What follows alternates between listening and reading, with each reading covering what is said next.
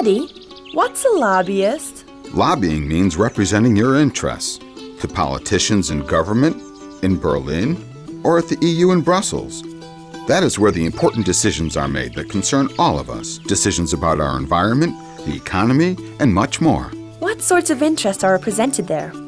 Well, the specific concerns of citizens or companies. We've all got our own interests, and they don't always coincide with other people's or what you would call the common good. Take the wind turbines over there, for example. Most people would probably say that wind energy is a very good thing, environmentally friendly and clean, green energy in every sense of the word. But on the other hand, there are people who don't want these wind turbines in their backyard. They say they spoil the landscape, and they are bothered by the wind turbines' effect on light and shadow, and by the noise. See? They have different interests from the people who don't live close to the wind turbines.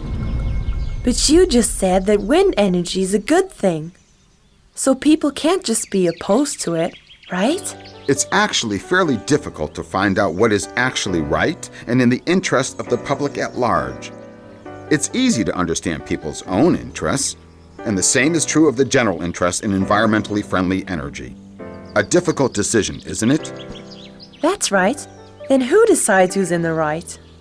That's the responsibility of our politicians, starting with our local district administrator, who then has to weigh up whether or not he considers it necessary to construct new wind turbines, even if they cause a certain nuisance to people living nearby. But that means that the individual citizen is powerless and can't represent his interests? I would look at it a bit differently. Of course, as an individual, it's difficult for you to push something through. But there are enough ways of reaching your goal together with others. There are the political parties who champion particular goals, or you can join a trade union. The churches, too, offer a way of supporting particular interests. The same applies to environmental protection organizations and local citizens' action groups. In short, democracy lives from participation, and it's never too late to start. That sounds good. Even if it's a lot of hard work convincing others of your own point of view, and I don't need to start in Europe if I want to represent my interests. It's better to leave that to the professionals who know what they're doing.